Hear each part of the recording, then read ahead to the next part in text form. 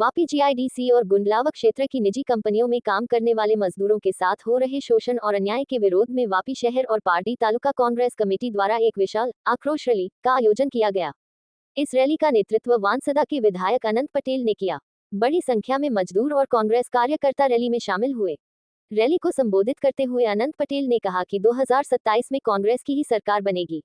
उन्होंने दावा किया कि कांग्रेस आप और भाजपा में गाबड़ू सेंध लगाने की पूरी तैयारी में है। उन्होंने ये भी कहा कि आदिवासी नेताओं के साथ बातचीत चल रही है और जल्द ही कई नेता कांग्रेस से जुड़ सकते हैं। मीडिया से बातचीत में अनंत पटेल ने आरोप लगाया कि उद्योगपतियों द्वारा मजदूरों का लगातार शोषण किया जा रहा है।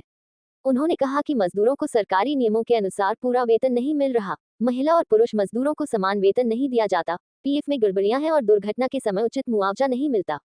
उन्होंने ये भी बताया कि कई कंपनियों में शौचालय, कैंटीन और वाहन पार्किंग जैसी मूलभूत सुविधाओं का अभाव है।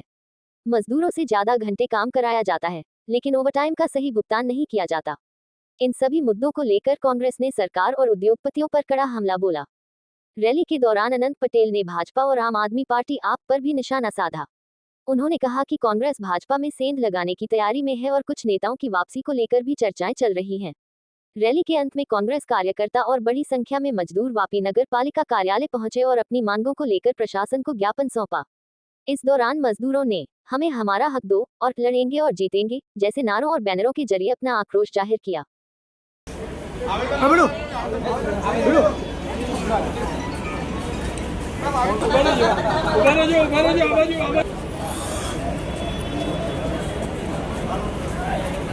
भारत माता की भारत माता की भारत माता। જે ખરેખર વાપીનું હૃદય કહેવાય છે, જીઆઈડીસી ને મહાનગરપાલિકામાં જોડી નથી।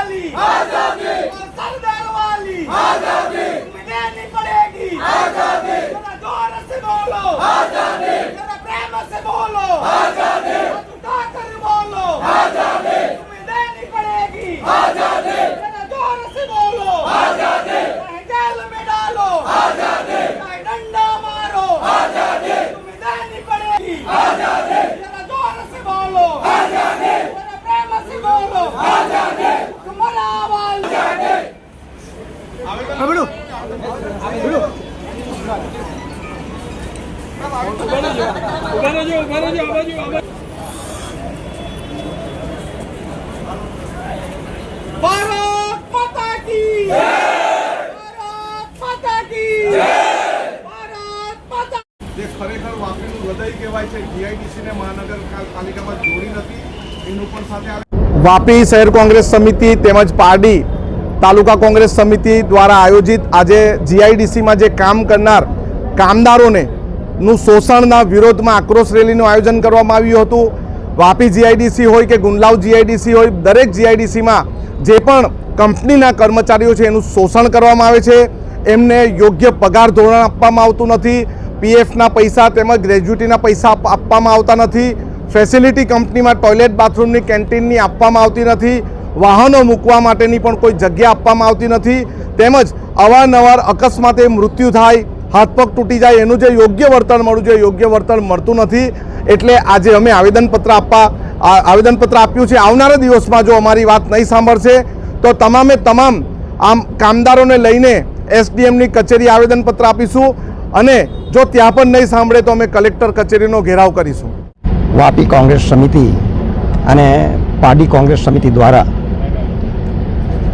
જે વાપી અને આજુબાજુ વિસ્તારના કામદારો છે એમને જે હાલાકી પડે છે એ હાલાકીના ભાગરૂપે એક આવેદનપત્ર આપવાનું નક્કી થયું અને એના ભાગરૂપે તો આપ જાણે છે અત્યારે જ આપણા ધારાસભ્યએ કીધું કે છેલ્લામાં છેલ્લો માણસ મજૂરી આવતો હોય એને કોઈ પણ જાતની સુવિધા આપવામાં નથી આવતી। એ પછી ટોયલેટ બાથરૂમની વાત આવતી હોય, પાર્કિંગની વાત આવતી હોય કે પછી એના પગાર ધોરણની વાત આવતી હોય કે પછી કાયમી ધોરણે એને નોકરી આપવાની વાત આવતી હોય, એ કોઈ પણ જગ્યાએ કોઈ પણ સુવિધા નથી આપવામાં આવતી ને એના ભાગરૂપે એક કોંગ્રેસ સમિતિ દ્વારા આવેદનપત્ર આપીને સરકારને જાગૃતિ કરવા માંગીએ છીએ। જે ઊંઘે છે સરકારને જાગૃતિ કરવા માંગીએ છીએ કે આવનારા દિવસોમાં આ વિસ્તારના કામદારોને ચોક્કસપણે ન્યાય મળે ને ન્યાયનો અધિકાર એમને આપવામાં આવે, એના માટેનું આવેદનપત્ર આપવા।